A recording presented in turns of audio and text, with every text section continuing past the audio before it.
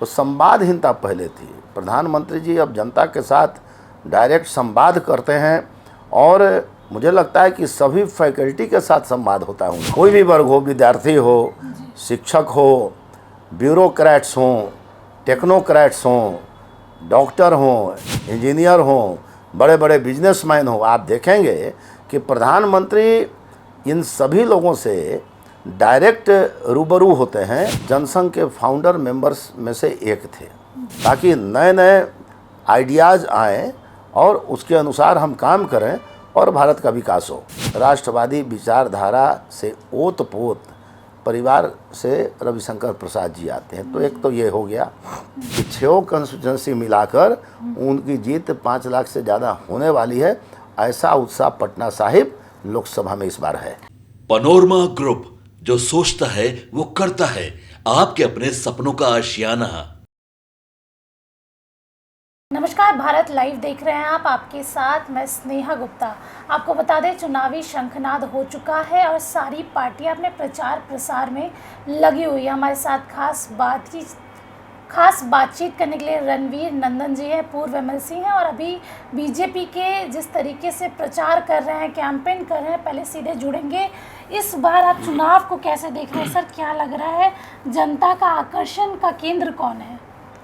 ये तो स्पष्ट है, जनता का आकर्षण का केंद्र भारतीय जनता पार्टी है और भारतीय जनता पार्टी की सरकार है केंद्र में। माननीय प्रधानमंत्री श्री नरेंद्र मोदी जी नेतृत्व करता हैं, तो जनता का आकर्षण तो स्पष्ट है। पूरे अखिल भारतीय स्तर पर जनता का आकर्षण स्पष्ट है। माननीय प्रधानमंत्री जी ने जिस प्रकार से अपने नेतृत्व काल में जो काम किया है, जो विकास के काम किए हैं, नए आयाम गढ़े हैं, भारतवर्ष को विश्व के पटल पर स्थापित किया है। बहुत सा विषय ऐसा है कि आज भारतवर्ष की विश्व स्तर पर पहचान है। तो इसलिए जनता का आकर्षण निश्चित रूप से भारतीय जनता पार्टी है और जो हमारा संकल्प है कि इस बार 400 से पार हम जाएंगे, तो संकल्प हमारा पूरा होगा, दिखाई दे रहा है, स्पष्ट है। प्रधानमंत्री की जो सभाएं हो रही है उसमें लोगों की उपस्थिति बता रही है कि जनता जो है माननीय प्रधानमंत्री जी को सुनना चाहती है और जनता सुन रही है, जनता आत्मसात कर रही है। इसलिए ये स्पष्ट है कि आकर्षण का केंद्र जो है इस बार के चुनाव में, जैसा पूर्व में हुआ, भारतीय जनता पार्टी है। आज भी प्रधानमंत्री नरेंद्र मोदी का दौरा है, 72 घंटे में ये दूसरा दौरा है। इस बार प्रधानमंत्री नरेंद्र मोदी बिहार की राजनीति में और बिहार की सीटों में रुचि को ज़्यादा दिखा रहे हैं। नहीं, ये तो स्वाभाविक है। कोई भी राजनीतिक दल की रुचि ही चुनाव में अपने कार्यों को बताना और जनता से समर्थन मांगना, वही स्वाभाविक प्रक्रिया है। उसी प्रक्रिया के तहत आज नवादा की सभा है और हमारे माननीय प्रधानमंत्री जी का यह प्रयास रहता है कि मैक्सिमम जगहों पर हम जाएं और जनता से हम साक्षात्कार करें, जनता को संबोधित करें। जनता के द्वारा जो भी कुछ विचार आते हैं उन विचार को हम आत्मसात करें, उसके अनुसार हम योजना बनाएं। ये तो हमारे प्रधानमंत्री जी ने भारत की राजनीति में जो एक संवादहीनता थी पूर्व की सरकारों की, और जो आप सो कॉल्ड जो इंडी गठबंधन जो देख रही हैं, बिखर गया, तार तार हो गया, तो संवादहीनता पहले थी। प्रधानमंत्री जी अब जनता के साथ डायरेक्ट संवाद करते हैं और मुझे लगता है कि सभी फैकल्टी के साथ संवाद होता है उनका। कोई भी वर्ग हो, विद्यार्थी हो, शिक्षक हो, ब्यूरोक्रेट्स हों, टेक्नोक्रेट्स हों, डॉक्टर हों, इंजीनियर हों, बड़े बड़े बिजनेसमैन हों, आप देखेंगे कि प्रधानमंत्री इन सभी लोगों से डायरेक्ट रूबरू होते हैं ताकि नए नए आइडियाज़ आएँ और उसके अनुसार हम काम करें और भारत का विकास हो। लगातार आप भी चुनावी कैंपेन कर रहे हैं, भारतीय जनता पार्टी के जो कैंडिडेट्स हैं, इस बार आपका रुझान पटना साहिब पे कुछ ज़्यादा ही है और लगातार कल भी आपने बोला कि इस बार पटना साहिब में जो जनता है वो रिकॉर्ड तोड़ के वोट देगी। आप लगातार ये बात कहते आए हैं, लेकिन कहीं ना कहीं जिस तरीके का राजनीतिक माहौल चल रहा है, क्या लगता है इस बार जनता की, पटना साहिब की जो जनता है वो रिकॉर्ड तोड़ेगी? देखिए, पटना साहब के जो माननीय सांसद हैं, जी पूर्व केंद्रीय मंत्री रहे मानवर श्री रविशंकर प्रसाद जी, एक बहुत बड़ा नाम है। और नाम इन द सेंस ये कहें कि जिस परिवार से आते हैं जी वह संघ के प्रति एक निष्ठ भाव से वह समर्पित परिवार रहा और आरएसएस के बैकग्राउंड के परिवार से वो आते हैं। उनके पिताजी स्वर्गीय ठाकुर प्रसाद जी एक बहुत बड़े हस्ती थे, हस्ताक्षर थे, बहुत बड़े लॉयर थे और जनसंघ के फाउंडर मेंबर्स में से एक थे। एक समय यहाँ पर माना जाता था कि ठाकुर प्रसाद जी, कैलाशपति मिश्र जी, उस समय के और बड़े बड़े नेता जगदम्बी प्रसाद यादव जी, विजय कुमार मित्रा जी, जगबंधु अधिकारी जी, ऐसे ऐसे उस समय कार्यकर्ता हुए, सभी नेता हुए, मंत्री हुए। तो बड़ा उन लोगों का त्याग रहा इस विचारधारा को, राष्ट्रवादी विचारधारा को स्थापित करने में।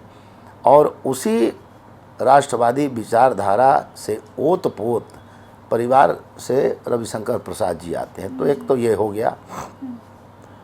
और दूसरी बात कि इतने मेधावी हैं, पटना विश्वविद्यालय के मेधावी छात्रों में उनकी गिनती रही। बहुत बड़े डिबेटर थे, अपने टाइम के बहुत बड़े ऑरेटर थे, डिबेटर थे। उनको सुनने के लिए बहुत से लोग आते थे। राज्यसभा में उनकी योग्यता को देखकर पार्टी ने उन्हें मैक्सिमम टाइम राज्यसभा में भेजा, बाद में पटना क्षेत्र में भेजा, यहाँ से एमपी हुए, उनका ये दूसरा टर्म होगा।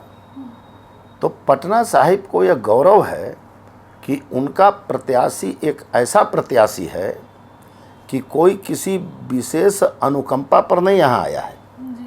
उनको तो बहुत पहले यहाँ का एमपी बन जाना चाहिए था, लेकिन खैर पिछली बातों को क्या कहें, पटना साहिब को अखिल भारतीय स्तर पर रविशंकर प्रसाद के रूप में ऐसा प्रत्याशी मिला जिन्होंने चारा घोटाला का बहुत बड़ा उद्भेदन किया।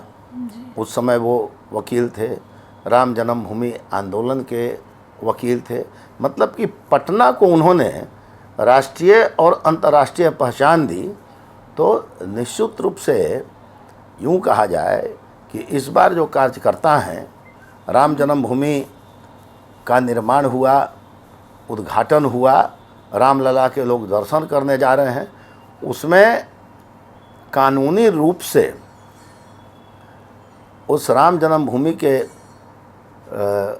मुकदमे को लड़ने वाले मुख्य रूप से रविशंकर प्रसाद जी का भी नाम आता है। तो इसीलिए जब जनता रामलला का दर्शन कर रही है तो आप सोचिए कि उनके हृदय में तो रविशंकर जी तो स्वयं आ गए। तो इसीलिए मैंने कहा कि पिछले साल वो लगभग 2,80,000 या 90,000 वोट से जीते थे। तो हमने यही आह्वान किया कि इस बार पटना साहिब की जनता उनको 5 लाख से भी ज़्यादा मतों से विजयी बनाकर संसद में भेजेगी। ऐसा माहौल, बड़ा दावा कर रहे हैं आप भारत लाइव के सामने। हाँ, माहौल ऐसा बना हुआ है। 6 कंस्टिट्यूंसी हमारी है। आप देख लीजिएगा कि 6 कंस्टिट्यूंसी मिलाकर उनकी जीत 5 लाख से ज़्यादा होने वाली है। ऐसा उत्साह पटना साहिब लोकसभा में इस बार है। अच्छा चलिए, चुनावी रणनीति की तो बात अलग है, लेकिन अगर हम महागठबंधन में भी देखें तो मुकेश सैनी अब आरजेडी के साथ हो चुके हैं, महागठबंधन का हिस्सा हो चुके हैं। तो आप लोग के पे इसका कुछ असर पड़ेगा, क्योंकि कहीं ना कहीं सैनी समाज का वोट तो मुकेश सैनी को ही जाएगा। देखिए, जी यहाँ समाज की बात नहीं है, जी यहाँ जमात की बात है। भारतीय जनता पार्टी जमात की राजनीति करती है, और आपने देखा कि जी तोड़ मेहनत आरजेडी ने किया, उनके नेताओं ने किया, लालू जी ने किया, उनके लड़के तेजस्वी जी ने किया कि किसी भी प्रकार से हमारा गठबंधन किसी से हो जाए।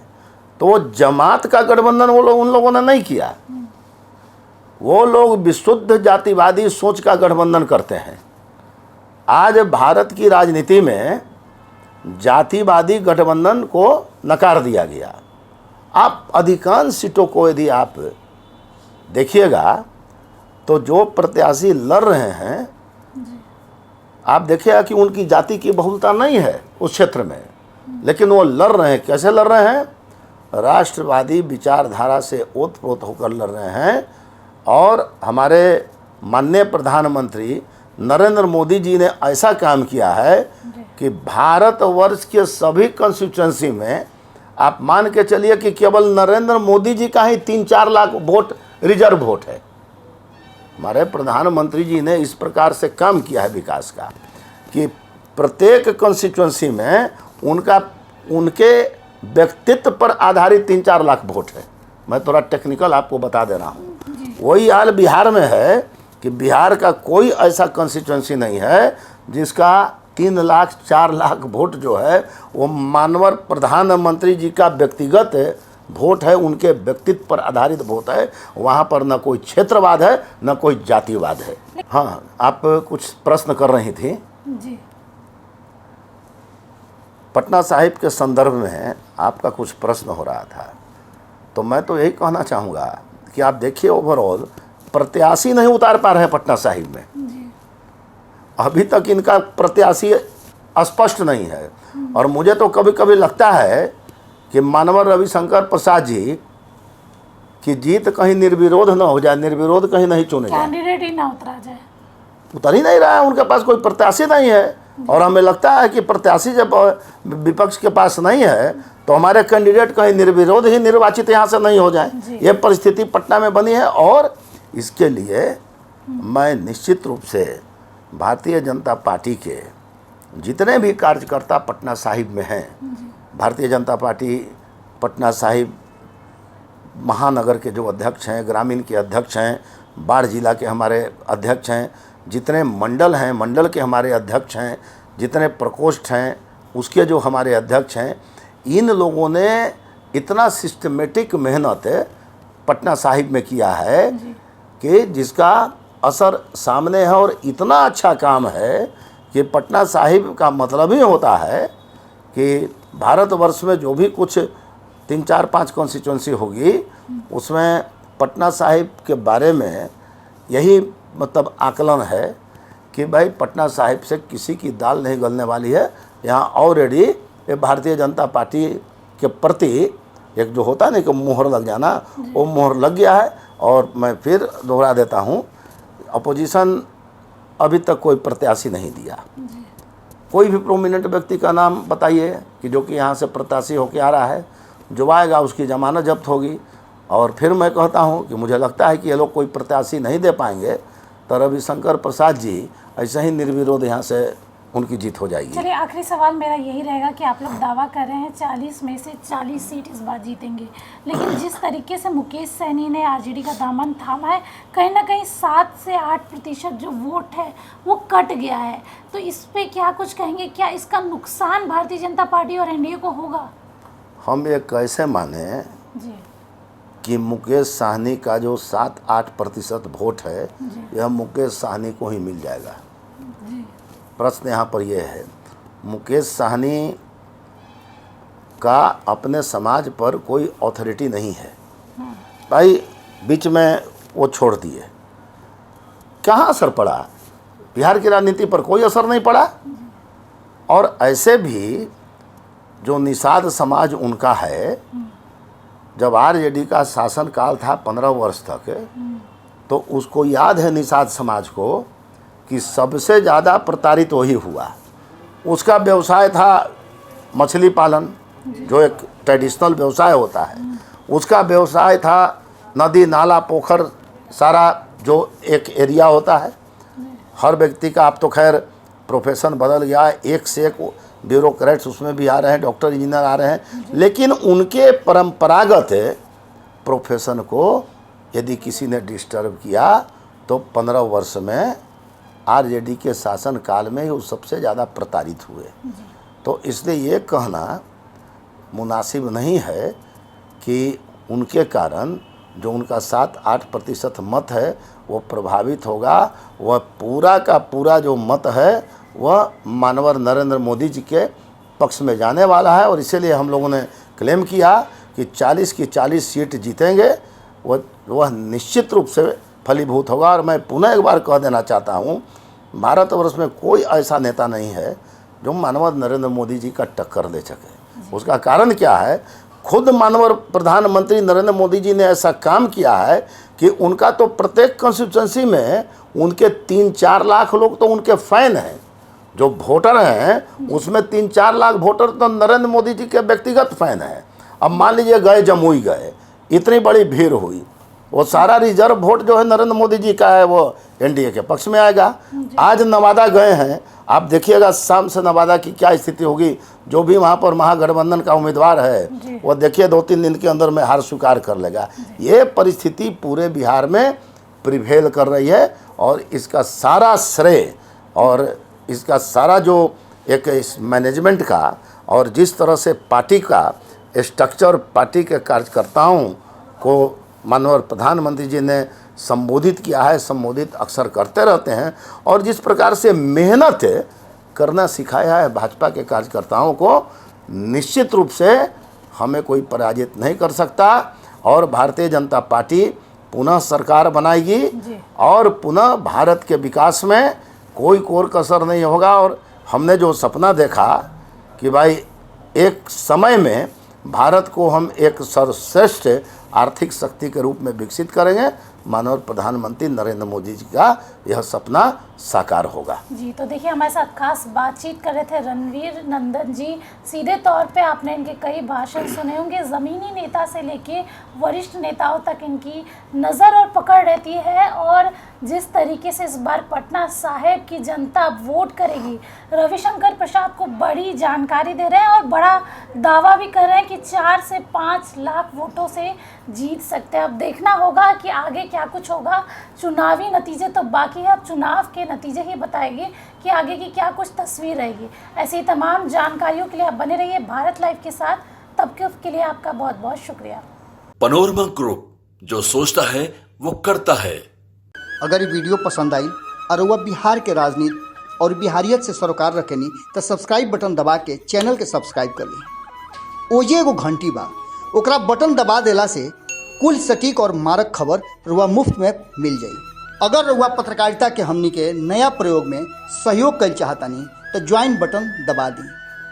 पेटीएम नंबर नोट कर ली 9386816700। धन्यवाद।